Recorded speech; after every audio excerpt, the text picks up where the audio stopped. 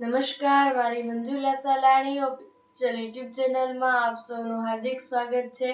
નમસ્કાર, આપની સાથે હું છું મંજુલા. આપણે સમગ્ર વિશ્વમાં અને આપણે એટલી બધી ઘટનાઓ જોઈએ છીએ કે જેમાં કુદરતી આફતો આવેલી હોય છે. કુદરતી આફતોના લીધે ઘણા બધા દેશોને ખૂબ નુકસાન થાય છે અને જેમાં આપણે છેલ્લે જોયું કે ફિલિપિન્સના વેનેઝુએલામાં આવેલો ભૂકંપ કે જેમણે બધાને ખૂબ હચમચાવી દીધા.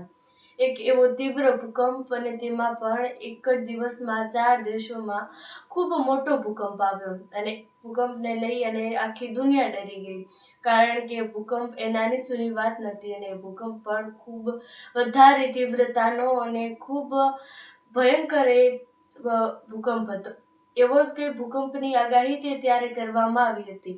થોડા દિવસો પહેલા આગાહી કરવામાં આવી હતી ને તે જ દરમિયાન એ કહેવામાં આવ્યું હતું કે દુનિયા પર સંકટ છે અને ત્યાં થોડા દિવસોમાં આગાહી પ્રમાણે એ ભૂકંપ આવ્યો પણ ખરો, પરંતુ આ વખતે કંઈક અલગ થવાનું છે. ન્યૂઝીલેન્ડમાં એવી આગાહી કરવામાં આવી છે કે ભૂકંપ એટલે કે 5.9ની તીવ્રતાનો ભૂકંપ થવાનો છે. તેની સાથે સુનામીની પણ આગાહી કરવામાં આવી છે. તમે વિચાર કરો કે એક દેશ ઉપર એક સાથે 2 આફતો આવી રહી છે.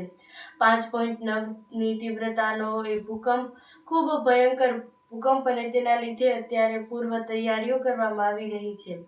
એટલે કે 5.9ની તીવ્રતાનો ભૂકંપ એટલે કે અંદર 75 કિલોમીટર ઊંડાણે ખૂબ મોટી જમીનના ક્ષેત્રફળમાં રોકાણ કરે તેવડો મોટો ભૂકંપ છે. અત્યારથી તેની બધી પૂર્વ આગાહીઓ થઈ છે, તો ત્યાં બધી તૈયારીઓ કરી દેવામાં આવી છે. એટલે કે જ્યાં દરિયા કિનારાની બાજુમાં લોકો છે તેને સ્થળાંતર કરવામાં આવી રહ્યું છે અને તેઓને પણ ઊંચી જગ્યાઓ પર સ્થળાંતર કરવા માટે કહેવાયું છે. સાથે જે નાવિકો છે, બોટમેન છે, તેમને કહેવામાં આવ્યું છે કે તેઓ પણ સુરક્ષિત જગ્યાએ સ્થળાંતર થઈ જાય.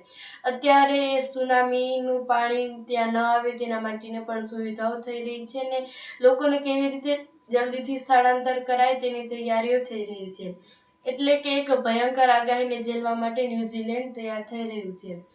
આમ પણ જે ભૂકંપ અને સુનામીની આપણે વાત કરીએ તો તેમાં ટોપ લિસ્ટમાં આવે તો લગભગ ન્યૂઝીલેન્ડમાં વધારે ભૂકંપ અને સુનામીની આવું થતું હોય છે.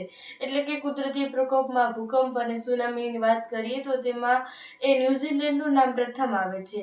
તો અત્યારે પણ ન્યૂઝીલેન્ડમાં જે કંઈ આગાહી છે તે કરવામાં આવી છે અને હવે જે ભૂકંપ છે જે આવવાનો છે તે શું કરવાનો છે અને શું તબાહી મચાવવાનો છે આપણે કોઈ જાણતા નથી. પરંતુ આપણે વાત કરીએ તો વેનેઝુએલામાં જે ભૂકંપ આવેલો હતો તેમાંથી હજુ વેનેઝુએલા ઊભું નથી થઈ શક્યું.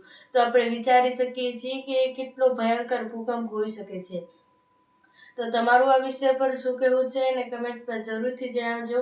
સાથે જ મારી Manjula Salani official YouTube channel પર આવ્યા છો તો સબસ્ક્રાઈબ કરીને જ જજો. નમસ્કાર.